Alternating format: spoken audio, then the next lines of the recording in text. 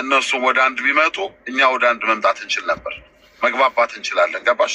ከነሱ በላይ መሆን ስለማንችል፣ ምክንያቱም መሬት ያሉ እነሱ ናቸው።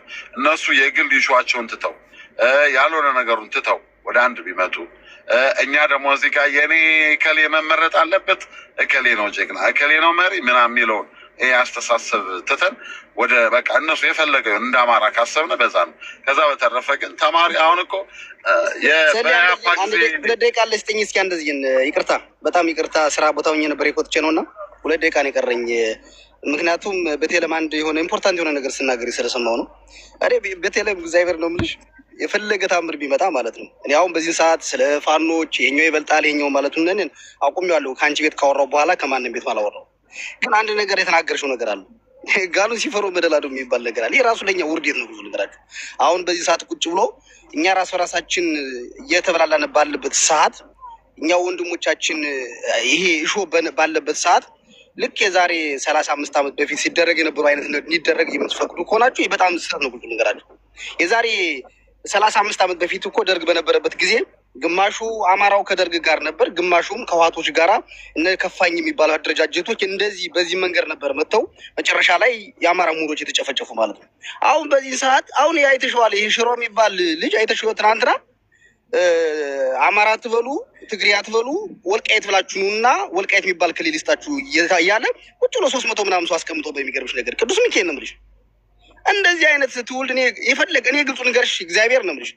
በቴሌም እኛ ችግራችንን ፈትተን ጎንደርና ጎጃም ራሱ ችግሮች አልንገርሽ ማንነት ማስከበር ይችላል። ግልጹ ንገርሽ እግዚአብሔር ነው የምልሽ። አሁን በዚህ ሰዓት አሁን እስኪ 60 ሚሊዮን እና 50 ሚሊዮን አማራ ተቀምጦ አሁን ከ6 ሚሊዮን ትግራዊ ተጠግተ ሂጄ 4 ኪሎ ገባለሁ ማለት ለእኛ ራሱ ውርዴት ነው። እግዚአብሔር ነው የምልሽ። ቆይ ዳግም ግን ማን ያለው? እሱ ግን አሁን ሽሮ የሚባል ልጅ ቅዱስ ሚካኤል ነው የምልሽ። ትናንትና ቁጭ አድርጎ እንደዛ እያለ አንዴ ልግባ ዳግም። እኔ ሽሮ የሚባለውን አላውቀውም። አንዴ ነው ያየሁት። ቤቲ ምን እንደሚያወሩ እኔ እየገባኝ አይደለም። በነገራችን ላይ ሰለሞንም ከየት መረጃው እንዳመጣው አላውቅም። አሁንም ደግሞ ሽሮን መነሻ አድርጎ እሱ ደግሞ የለጠጠው አሌክስ ከአንተ ጋር አይደለም ላወራ የገባው ቤቲ ጋር ነው ላወራ። ቤቲ ብቻ ሆነ ደውለ አሌክስ ሰለሞን መረጃውን ከየት እንዳመጣው አላውቅም ያልከው የምኑን መረጃ ነው? ስለምኑ ነው? እየሰሩ ነው አሁን ከዋጋ እንደሚሰሩ አድርጎ ነው የሚያወራው። አንተ ደግሞ ምን እንደሆነ ልንገርህ፣ ሰለሞን ጠንክሮ ሂዶበታል። ያው እኛ ጠላት እንዲሰማው ስለማንፈልግ ነው እንጂ ሰለሞን የተናገራት ምናልባት በማንኪያ ቀንሶ ነው ያወራት እንጂ እናውራ ካልን በጣም የሚወራ ብዙ ነገር አለ እኮ ስለማይጠቅም ነው። አላወራሁትም እኔ መንካት ስላልፈለግኩ ነው። ቤትሻ መንካት ስላልፈለግኩ ነው እንጂ ላውራ ካልኩ ብዙ አወራለሁ። ብራዘር ነገርኩህ እኮ ምን አልኩህ ቅድም። ቤተሰብ ካለ ቤተሰብ አሁን እኮ የቸገረ ምንድን ነው? ቤተሰብ የሌለው መዛ አካባቢ ማህበረሰቡን የማያውቀውም ሁሉ በስም አማራ ነኝ ዝም ብሎ አለ አይደል? አበልጅነት የተነሳውም ሁሉ አማራ ነኝ ብሎ መጥቶ ትግላችን እየበጠበጠው ነው። ገባህ? ግን እዛ አካባቢ ያለውን ማህበረሰብ ማወቅ ይጠበቅብሃል። የዛን ማህበረሰብ ችግር መረዳት መጀመሪያ አማራ ለመሆን እኔ ማህበረሰቡን ያለውን ችግር መረዳት ይኖርብናል። ለማህበረሰቡ አይደል የምንታገለው? ለእኛ ነው እንዴ? መጀመሪያ እኮ እኛ አንድ መሆን አለብን። እዚህ ጋር ከህወሓት ጋር ይሰራል ያልከውን ነው አለ። ከህወሓት ጋር ከህወሓት ጋር አዎ፣ ምንም ጥርጥር የለም። ቤትሻ እኔ ማውራት አልፈልግም። እኛ ለሽሽግ ብለን እችላለሁ። ቆይ ሶሊውል እኛ ሚስቴክ ሰርተናል በዚህ ጉዳይ ላይ። እኛ አማራ ጠላት ማብዛት የለበትም። ከህወሓት ጋርም ከሻዕቢያ ጋር ከማን ጋርም አጋር ስትራቴጂካሊ አጋር ሆኖ የሆነ ነገር ቢሰራ አማራ ጠላት መቀነስ አለበት የሚለውን እሳቤ አሁን ላይ ብልጽግና ይህንን ጉዳይ እንደ የአማራ ፍላጎት ወይ ፋኖ ከህወሓት ጋር እንደሚሰራ አድርጎ በጣም አስተጋብቶት መሬት ድረስ ወርዶ ሌላ ችግር ፈጥሯል። ይሄ በጣም ትክክል አይደለም። በቀደም አርበኛ አስረስ ማረዳምጤም በፊት ለፊት መጥቶ እንደውም እሱ ነው ብዙ ይታማበት የነበረው በዛ ልክ ላንቃው እስኪላቀቅ ተናገረ። ያ መናገር ራሱ የሌለበት ደረጃ ድረስ ነው የተናገረው። ይሄ ነገር አሁን ምንድነው መቆም ያለበት? ሶል አንደኛ በፋኖ እንትን ውስጥ በየትኛውም ዶክሜንት በየትኛውም አመራር በየትኛውም ድርጅት ከህወሓትና ከሻዕቢያ ጋር አጋሩን እንሰራለን የሚል የወጣ ዶክሜንት የለም፣ የተነገረ ነገር የለም። ይሄ ግን አደገኛ የሆነ ለብልጽግና ፕሮፓጋንዳ ቤቲ እኔ አሁን እዚህ ጋር ምን እንደተቻለሽ በውስጥ ባወራሽ ይሻላል። እዚህ ጋር ለምን ኤርትራ ላይ ማን ቁጭ ብሎ ዲስፕሊን እንዳደረገ እዚህ ጋር አሁን እኮ እዚህ ጋር አመራሮችን ነው የምንሰማው ወይስ እኛ ይሄ ሌላን ተልእኮ ይዘን የምንሄደው ነው የምንሄደው? አይዶን ነው እንዴ? አውራው እዚህ ማውራት ካለብህ እዚሁ ነው። ምንም አንተ ጋር አልገባማ ብራዘር። ቆይ ሶል ቆይ እንደዚህ እናድርግ። ይኸውልህ ለምሳሌ ሶል ምንድን ነው መሰለህ ኤርትራ ገለልተኛ ሀገር ናት አይደል? ኢትዮጵያ አይደለችም። ኤርትራ ገለልተኛ ሀገር ናት። የኛ የፋኖ አመራሮች ዲፕሎማሲ ለመስራት ከሆነ አካባቢ ሱዳን፣ ኤርትራ ምናምን ሄደው ቢገኙ ችግር የለውም። ምክንያቱም ኤርትራ ገለልተኛ ሀገር ስለሆነች ይሄንን መቃወም አንችልም። የፋኖች ኤርትራ ሂደው ቢታዩ ሱዳን ሂደው ከታዩ ለምን ብለን ልንደብቀውም ልንቃወመውም የምንችለው ነገር አይደለም። ምክንያቱም ከሌላ ዓለም ጋር የሚሰሩት ግንኙነት የሚያደርጉት ነገር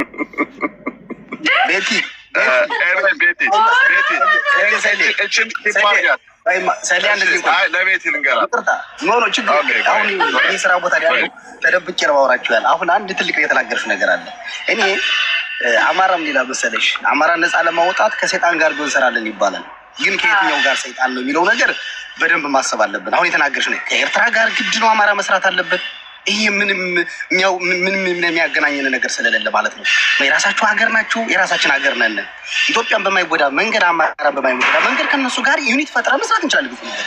ግን ከሱዳን ጋር መስራት ትችያለሽ፣ ከጅቡቲ ጋር መስራት ትችያለሽ። እንዴት ነው እኛ የአማራ ልጆች ከአብይ አባት ጋር አብረን ልንሰራ ምንችለው? አብይ አባት እኮ ነው። ህዋት እኮ የአብይ አባት እኮ ነው። ይህን አታውቂም?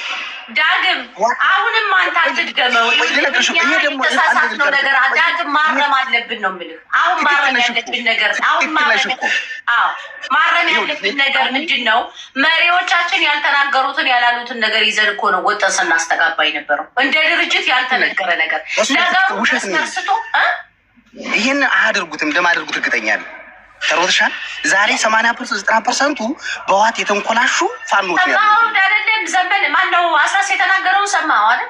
ንቀት ነው አለ ሰማው እኮ እኛ ንቀት እኮ ነው። አሁን እነሱ ምን ይመስላል? አሁን ዳግም የሚናገረው ዳግም የሚናገረው ማለት ነው ትክክል ነው። ለምን እንደው ታውቂያለሽ ቤቴ በውስጥ አወራሻለሁ የምልሽ ለምን መሰለሽ? እዚህ ጋር አይ ነው የአንቺን ስሜት እረዳዋለሁ፣ የአንቺን ፍላጎት እረዳዋለሁ፣ እንግባባለን። ምክንያቱም ትግላችን ምን እንደሚሆን ትፈልጊያለሽ፣ በቃ እንግባባለን።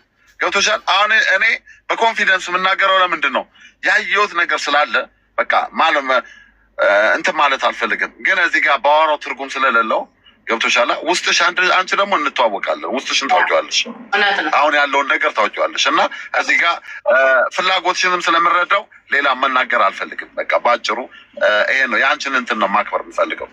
ገብቶሻል? ፍላጎትሽም እስከየት ድረስ መሄድ እንዳለብሽ ሊሚትሽን ስላወቅሽው ሊሚትሽን ስለምታውቂ እኔ ደግሞ ስለተረዳውሽ ሌላ ማለት አልፈልግም። በቃ በዚህ ጉዳይ ላይ ይህን ኪፕ ባረግ ነው የምፈልገው። ለምን ነገ ወዲያ ግን ምናምን የሚል ሰው ይመጣል። ትክክል ነህ ለካ ምናምን ብሎ ሰው የሚመጣ ይኖራል። ባይዘወይ የእኛ ሰው ልንገርሽ ይቅርታ አንተን አይደለም አሌክስ በሰላም ነው። ምን ሆነህ ነው? ቀጥል እሺ። ሰው በእናትህ እሺ። እና እዛ በተረፈ ግን በቃ ህዝባችን ሰላም እንዲሆን እፈልጋለሁ። እኔ ህዝባችን በቃ ከዚህ ችግር ውስጥ እንዲወጣ እፈልጋለሁ። ትናንት እኮ ወያኔን ስንታገል እኮ ምን ተብሎ ነበር? ሰይጣንም ቢሆን አብረን እንሰራለን ተባለ። ሰይጣን መጣ ሰይጣን ከሰይጣን የባሰ ወያኔን እኮ የምንናፍቅበት ታይም እኮ መጥተናል።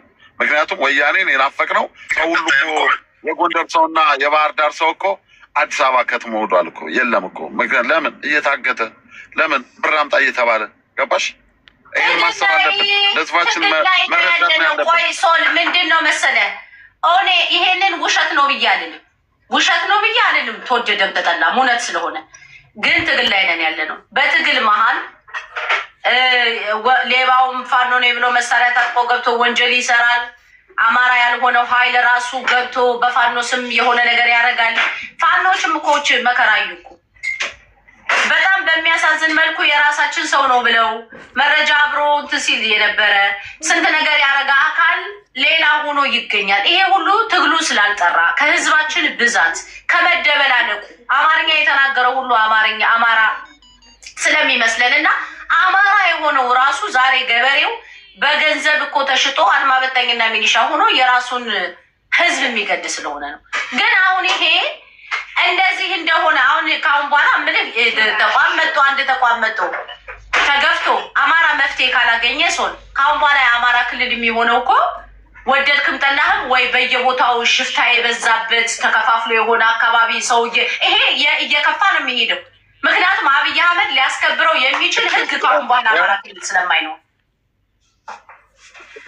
በቃ እሱ ነው ይሄ ነው አይደለ? ስለዚህ አብይ አህመድ ሊያስከብረው